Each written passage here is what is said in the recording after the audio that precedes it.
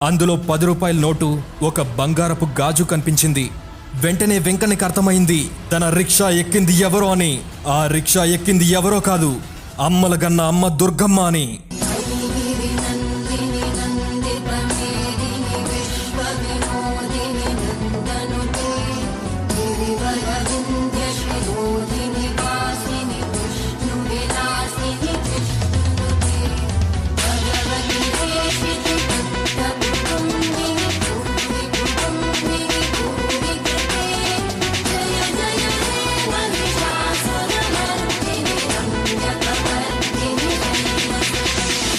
ఆమెని వెంటనే చూడాలని మెట్ల వైపు చూశాడు.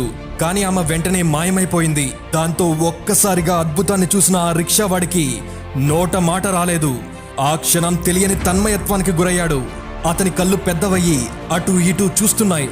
అతని గుండె వేగం ఒక్కసారిగా పెరిగింది.